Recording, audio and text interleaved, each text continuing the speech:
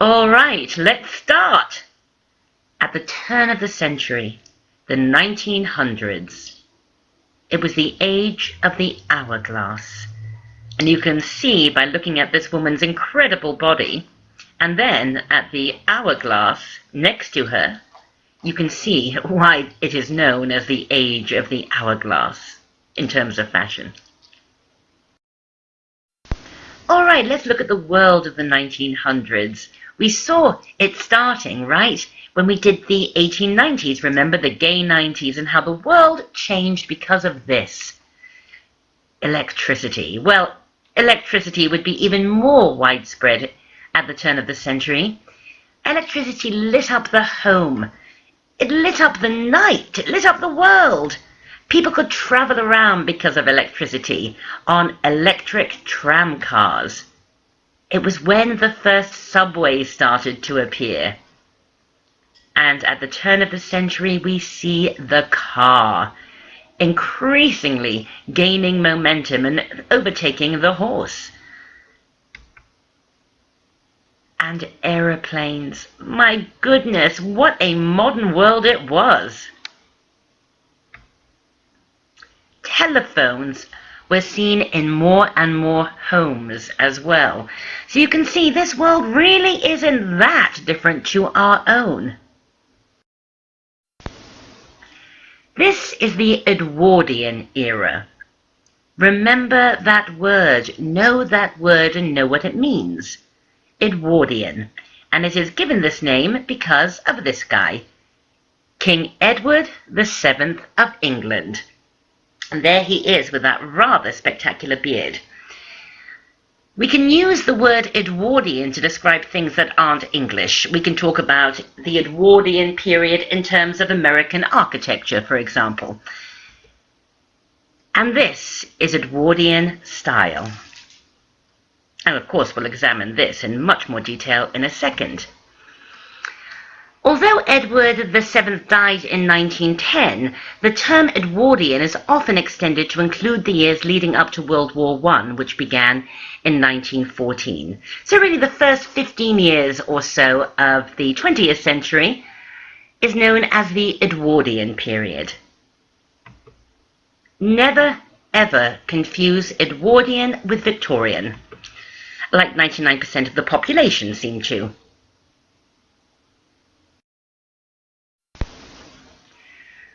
All right, like we're going to do with every decade, let's start with the 1900s body ideal. Every decade had its own ideal body. And of course, the relationship between fashion ideals and the ideal body is symbiotic. So here she is. This is the ideal body of the Edwardian era.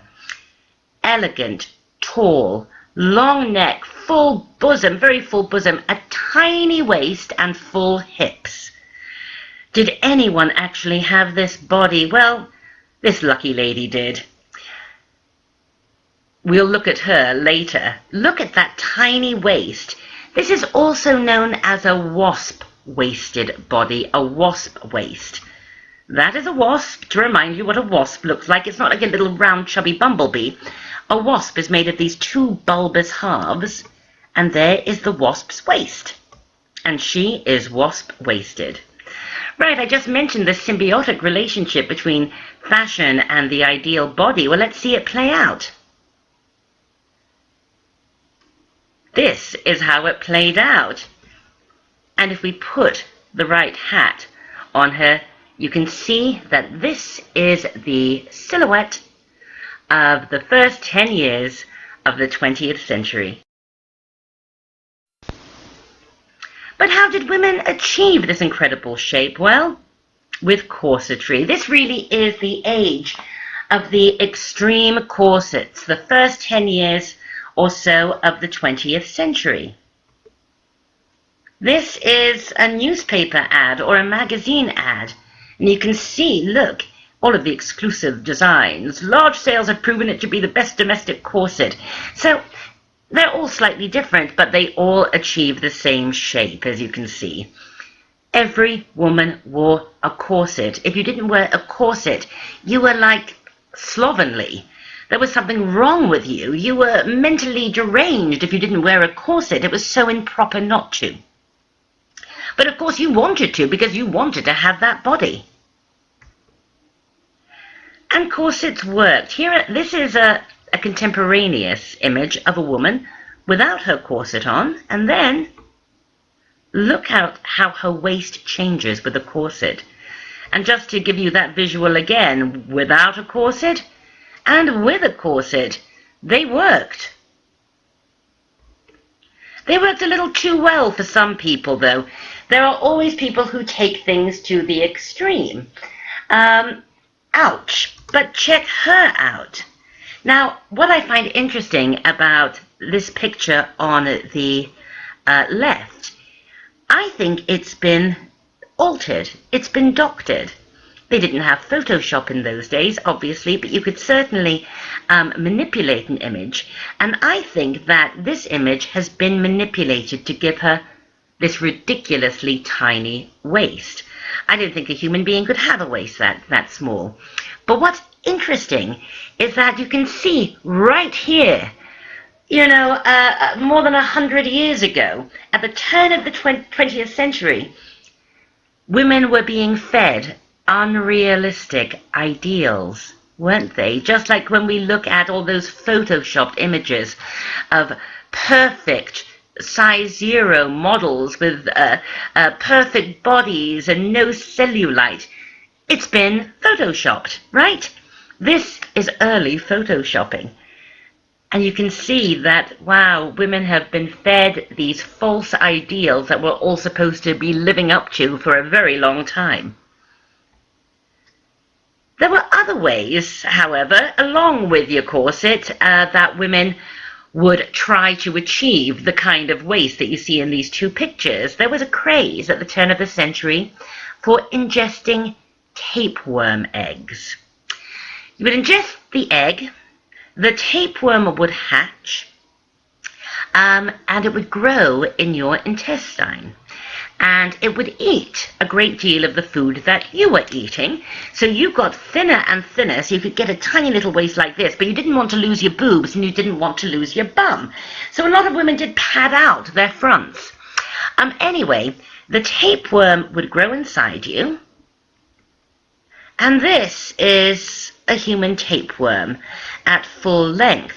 Look at that ruler down there. That's 12 inches. So this is several feet long. Yes, this would be growing and living inside you. It would be your little friend to carry around with you. Evidently, when you are infested with a tapeworm, you have horrible breath and constant diarrhea.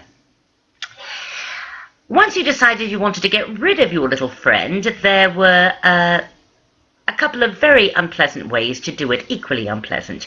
You could go to the drugstore and get a medicine that would kill it instantly. But tapeworms, they're difficult to kill. So you would have to keep taking the medicine until you were sure that the tapeworm was dead. And the only way to be sure, every time you went to the bathroom to have a poo, you would have to put on gloves and go through your own feces until you found the head of the tapeworm, because only then did you know that you were rid of your tapeworm.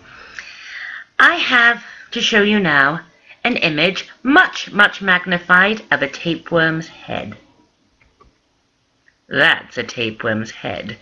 And you see it has these little hooks, and they're the hooks that hooked into a woman's intestine.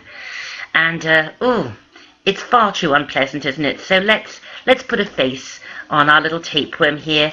Make her a little bit friendlier. There she is. That's your little tapeworm. Oh my God, it's so awful. I have no idea whether or not these women ingested tapeworms, but they are certainly wearing corsets. And look at how extraordinary their bodies are. And as I mentioned earlier, this body would be enhanced not only with corsets, but often with a padded bosom. And here is a cartoon, a little postcard cartoon from the era, where that sort of school-marmy, flat-chested lady is saying, I could throw a swell front too if I added padded, if I added padding. I love that throw a swell front, i.e. have a big bosom, and then that lovely curvy lady says, ha, that's what they all say. Moving on to the 1900s beauty ideal. Again, we'll do this every decade. This was the ideal feminine beauty of the turn of the century, and she was completely invented. She is called the Gibson Girl, and she was invented by this man, Charles Dana Gibson. Charles Dana Gibson was an American illustrator, and he invented this woman, and she would appear in fashion magazines and advertising. And this is another view of her. I just mentioned he was an American, right? So this is our first American international beauty ideal. Come on, prior to the 20th century, we were looking, at beauties of the Italian Renaissance, or Elizabeth I, or French people. Suddenly, we have an American beauty ideal, and this is what she looked like. She was sort of snooty looking, a little bit snooty, with this very beautiful face, these sort of heavy eyes, slightly downward cast, and this incredible hairdo. It has a name. It's called a cottage loaf hairdo, and there we go, a cottage loaf, and this is a cottage loaf. It was a type of bread that was popular at the turn of the century. You can still get it today. It's sort of a mound of round bread with another knot of bread on top, and you can see it sort of echoes this hairdo, doesn't it?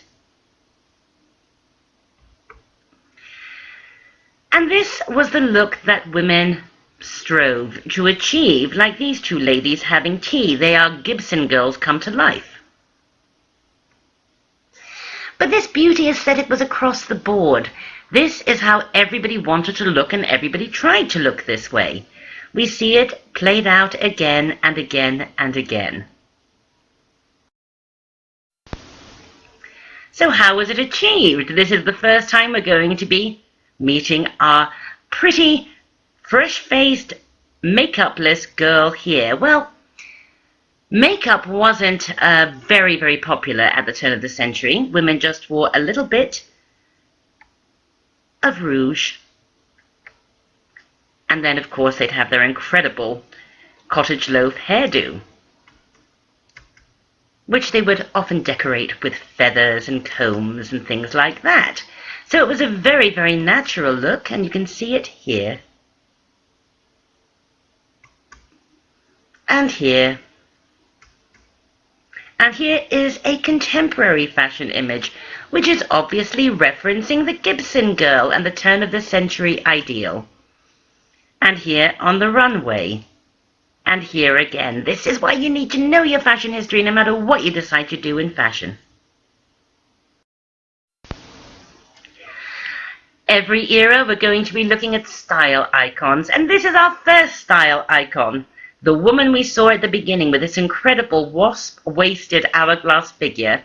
Her name was Miss Camille Clifford, and she was an actress. She was Belgian originally, but she made it big in New York. She made it big, but her waist was small. Like this. What an incredible figure. And there is another picture. She is the Gibson girl, isn't she?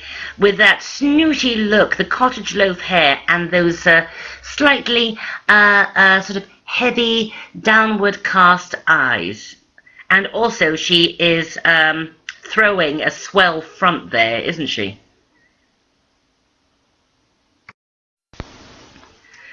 Every era we're going to look at the dominant fashion idea. And here is the dominant fashion idea for the first 10 years of the 20th century. And there she is, in a lovely turn of the century setting. Let's break it down. A very, very large, much adorned hat, a long, equally adorned dress. And these dresses were very long, especially formal dresses. I should note that For running around in everyday life, skirts were getting a little shorter and more practical, but this was the high fashion ideal still. And this very cinched waist. Basically, the world was moving much too quickly at the turn of the century, so fashion clung on to old ideas about adornment being equal to status. The more stuff you had on you, the more fashionable you were. Modernity, urbanization, and the new technology made women cling to these ultra-feminine fashion ideals and to clothing that was totally inappropriate for a world of cars and trams and very soon aeroplanes. And yet, clung on they did. Look at these pictures. Look at how incredibly uncomfortable and strange it must have been to get into a subway dressed like this, let alone go to a beach dressed like this. This hourglass, sort of sinuous ideal was really informed by the dominant aesthetic of the era, which was called Art Nouveau. Art Nouveau was a movement in art and architecture and interior design and textiles and everything really that began, in fact, in the late 1800s, but would really come to fruition and world dominance at the beginning of the 20th century. Art Nouveau was all about swirling, sinuous, curvilinear shapes. It was a return to nature in this increasingly dominant world. It was a return to Anglo-Saxon, Celtic, Carolinian ideals. Remember, we did all that already. Or lots of swirling kind of stuff. Like this chair here, it's incredible, isn't it? So organic, it looks like it's growing.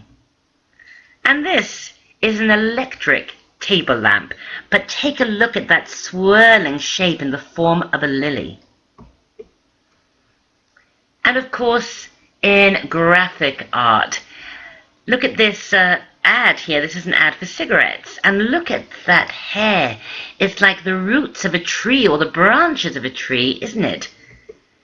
And it is done by Mucha. This is a name that you should know in association with Art Nouveau. Mucha was the greatest Art Nouveau commercial artist, and he was very famous for painting these rather haughty-looking girls with this incredible flowing, sinuous hair and these kind of pseudo-medieval dresses.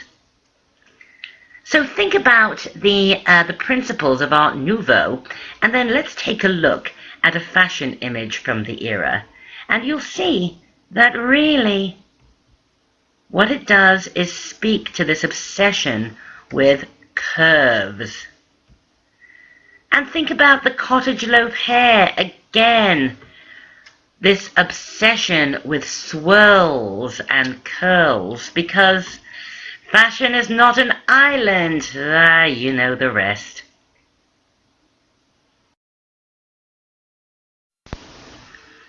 Well, the sands of the hourglass start to shift when we get to about 1907, 1908, to this shape. Still very corseted, but you can see it's slightly different. This is called the pigeon breast, because it looks like a pigeon. In this S shape, with the chest stuck out like a pigeon's breast, and then the butt stuck out at the back. Here, ask for our new Paris shape, straight front, extreme low bust, and long hip. These were known as the safety corsets because it was believed that they were better for your internal organs than the hourglass corset that we saw at the turn of the century. The safety corsets, they don't look very safe to me. And here is a contemporaneous diagram showing the before and after effect of an old-style corset and the new figure. It's so ridiculous.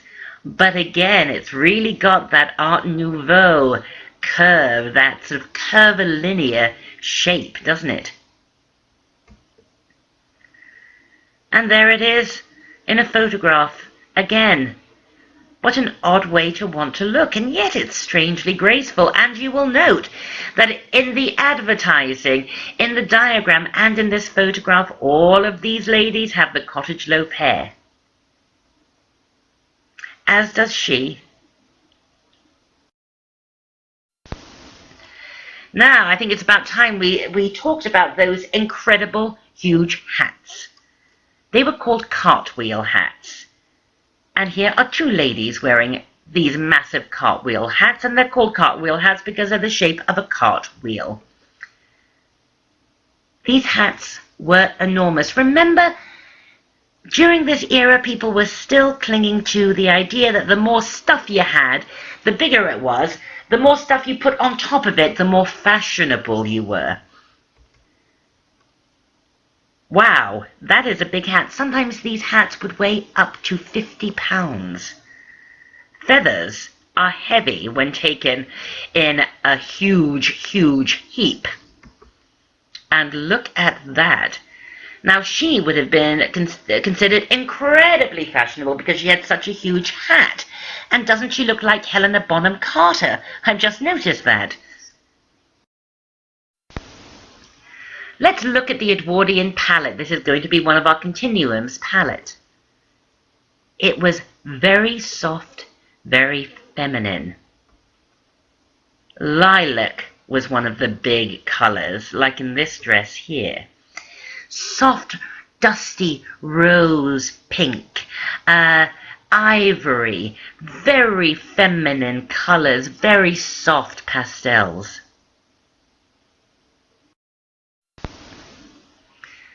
The dominant high fashion look. There we go. It was all about embellishment. I think I've made that clear, haven't I? And here are some examples of just how ridiculous it got. So if we take this lady wearing a very simple and very beautiful vintage dress, she looks great, but she wouldn't be considered very fashionable. So shall we make her fashionable? Shall we get her ready to go to Ascot or to walk up and down Fifth Avenue? Well, first of all, we have to give her cottage loaf hair. And then lots and lots and lots of lace and lots of bows and more bows and more embroidery and more lace. Oh, and some artificial flowers. That would be nice, wouldn't it? And a train. And a big cartwheel hat, but it's a little bit unfashionable still, so let's add as much crap as we possibly can and give her a parasol. Parasols were the accessory for fashionable ladies, but obviously with hats this size, they were not used to protect a woman from the sun. Can you guess what they were used for? I'll give you a second to think about it. I think you've guessed. They were to help her balance as she walked. Imagine you are walking around with a hat that weighs, oh my God, it could weigh 10 pounds, 20 pounds, up to 50 pounds of ostrich feather on your head. You've got this weird tight corset on. Also your dress, although it's made with, very beautiful lace in a very light palette, it's going to be heavy. So think about a tightrope walker using a pole to help him balance. These very fashionable Edwardian ladies would use a parasol. And here it is. My goodness, what an extraordinary way to look. Do you know there were species of birds that became extinct in the Edwardian era simply because they were killed off to decorate fashionable ladies' hats? But you couldn't dress like that in one of these. That would be ridiculous. So fashion responded, as it always does, with new kind of clothing just for motoring. Now, most cars at the turn of the century, now you have to remember only very wealthy people had cars, and they didn't really know what to do with them. They just went out for drives. Most cars didn't have a roof on them, and so ladies had to dress in a way that would keep the dust from the road off their clothing. And this sort of coat was invented, and it was called a duster, and we still call them dusters, don't we? And look at her goggles, and also her big motoring scarf. There was a whole new realm of retail that catered just for clothing to drive in. Look at this, Gamagers, the leading motor tailors, every comfort for winter motoring. And veils and motor scarves, like you see in this ad here, were all the rage for the fashionable set when they went motoring. Like this. She's using it, as you can see there, this huge scarf to help keep her rather huge hat on. And take a look at this. That's creepy. Her veil is all over her face, and then she has her goggles on. And here is a contemporary take on the turn of the century duster. But really, the big story of the Edwardian era was probably the shirtwaist. Basically, a shirtwaist was a blouse, and everybody wore shirtwaists. You would always wear your shirtwaist with a skirt like this. It was long, it was made out of a sensible textile, like wool, for example, or tweed, something like that. Always in dark colors. Why? So it was durable. It was heavy, it was durable, you didn't have to launder it so often. But your blouse, your shirtwaist as it was known, that could be laundered more frequently to keep you fresh. Everybody wore shirtwaists. You know those really high fashion ladies that we looked at a few minutes ago with their long lacy dresses with artificial roses all over them? When they were at home bossing their servants around, they would wear this outfit, the shirtwaist with the long, heavy skirt. A yard of Priscilla shirtwaist designs. They were a craze. People loved them and everybody owned them. And they were always white or ivory or cream. Everybody would have shirtwaists. And if you look at this image on the right here, often the skirt and the jacket, it would be one with a little jacket, would match, but not always. So really this is the start of separates as we know them, but often it would be like a suit. Everybody wore shirtwaists. I would have had one, you would have had one. A shirtwaist is what you would have worn going to school, for example. This was for practical, everyday use. And please note that every single lady that I've shown you in this drop has a cottage loaf hairdo. There was a time, believe it or not, when people followed fashion's rules. So who made these shirtwaists? There was such a frenzy for them. Well, do you remember in our last lecture when we looked at the immigrant experience in terms of the 19th century? Well, we discussed, didn't we, the conditions in those sweatshops? These are the folk who made the shirtwaists, and I'm sure you know what I'm going to talk about now. I am sure you have heard of the Triangle Shirtwaist Factory disaster. A terrible fire. It's called the Triangle Shirtwaist Factory fire, or the Triangle Factory fire. It's very famous, and you should know about it in terms of fashion and everything. Well, there was such a frenzy for shirtwaists. There were factories, very bad conditions all over the place, especially in New York. And this is where the Triangle Shirtwaist Factory was. And it was located on the 10th floor, I believe, of this building here. You can see the firefighters trying to put it out. And this is when electricity, this new invention, which was so wonderful in so many ways, failed to work. The only way to get up and down was in the elevator. And the fire, it was started by somebody throwing a match from a cigarette. They lit a cigarette and then they threw their match without extinguishing it properly into a bin full of discarded scraps of fabric. It caught on fire. The factory was completely full of really young women working there, girls between the ages of sort of 15 and 25.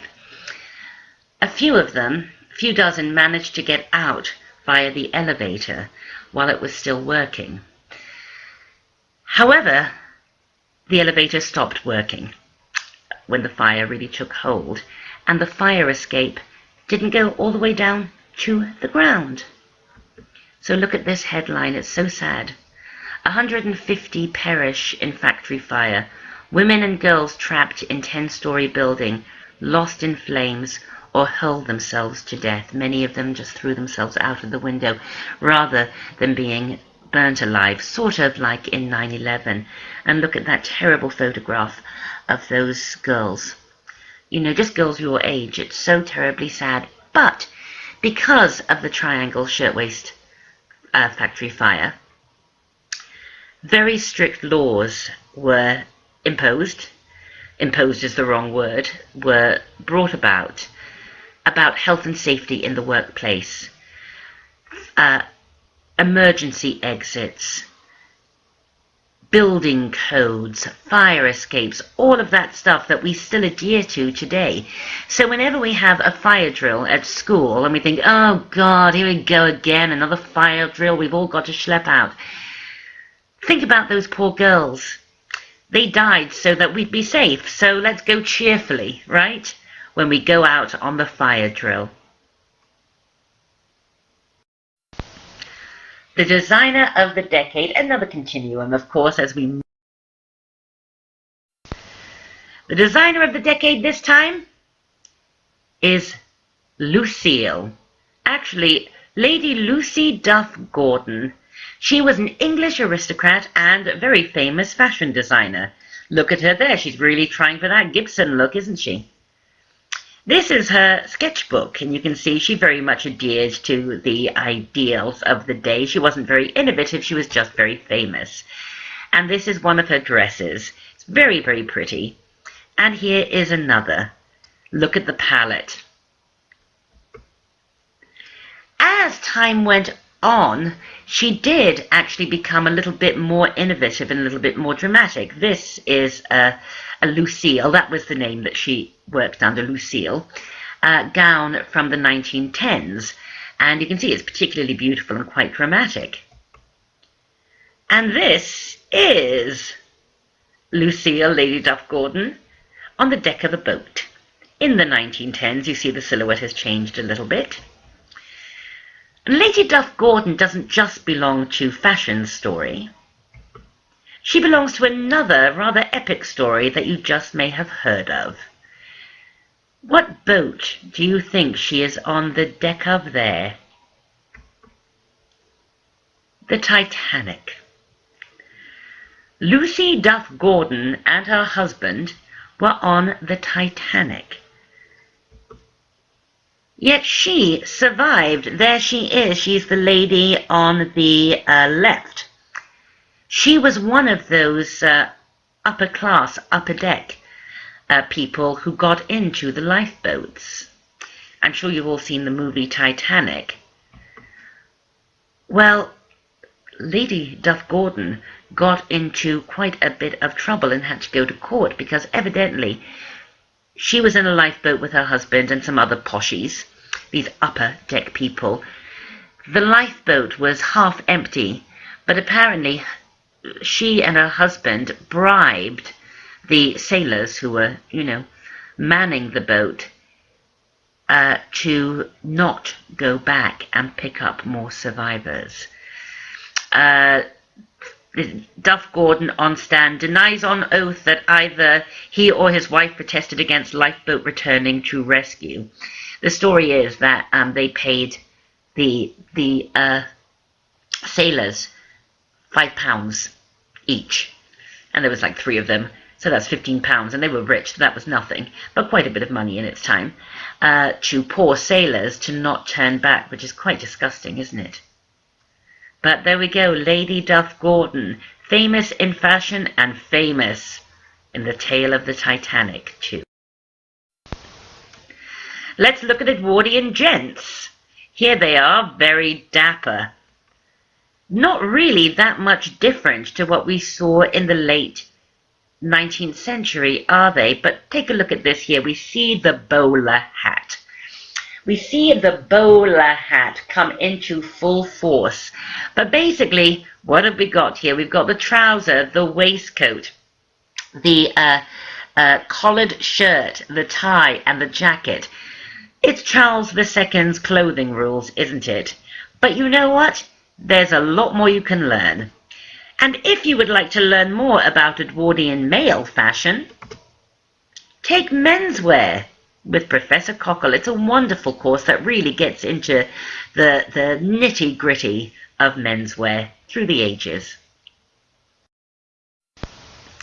Well, Edwardian romance lives on. Here are some runway images that I think really speak to the Edwardian fashion aesthetic.